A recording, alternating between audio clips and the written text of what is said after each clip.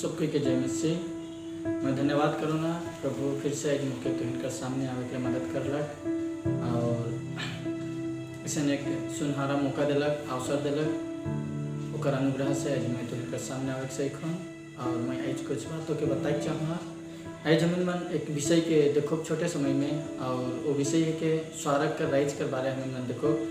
आज हर एक संसार में रहे को हर एक इंसान यह सोचे ना कि मैं स्वर्ग राज जाबू, और जे भी कोई भी आदमी ना है कुछ भी उमन के भी अपन ईश्वर करके माने, सब कोई का कहना है कि मैं कुछ भी करके स्वर्ग राज जाबू।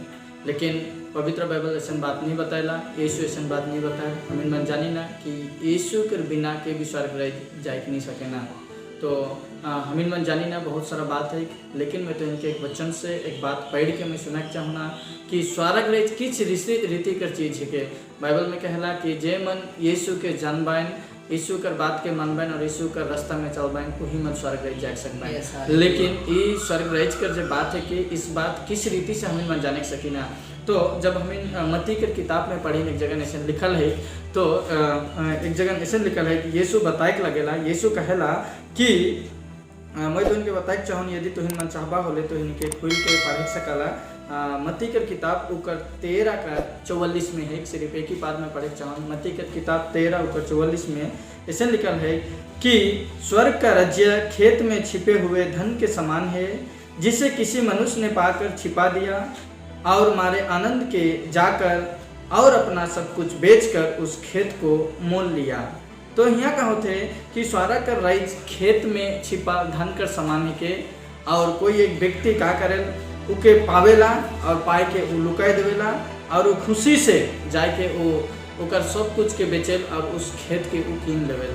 मैं उदाहरण दे के तो इनके बताए चाहूँ ना इस बातों के कि एक किसान है के जे कि खेत में काम करेला, और वो खेत में काम करे के वक्त वो देखेला कि खेत में कोनो चीज़ जे बहुमूल्य चीज़ हमें कह सकी ना, हो सकेल वो सोना या फिर हो सकेल वो कुछ भी बहुमूल्य चीज़ के वो जब खेत में काम करते वक्त वो पाई जाएला, और वहाँ बहुत मात्रा में वो सामान रहेला, बोले वो का करी, वो तो खेत अपन ना लगे, उकर मालिक वो बने नहीं सकी, तो वो का करी, वो जाए के का करेला। यहाँ कहेला स्वर्ग राज खेत में छिपा धन कर समान है के।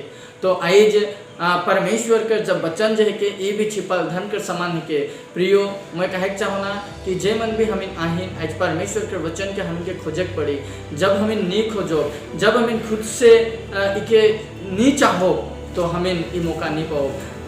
हमें मन दिखी ना इस कहानी में कि ये व्यक्ति का करेला, ये जाएला और जाए के घर कर सब के ये बीच देवेला, बीच के का करे पैसा के लेके वो खेत का मालिक भी रह जाएला कहाँ, जहाँ वो धन और संपत्ति रहेला, उस जमीन के उठो मालिक के कहल और उठो कीन लेवेला।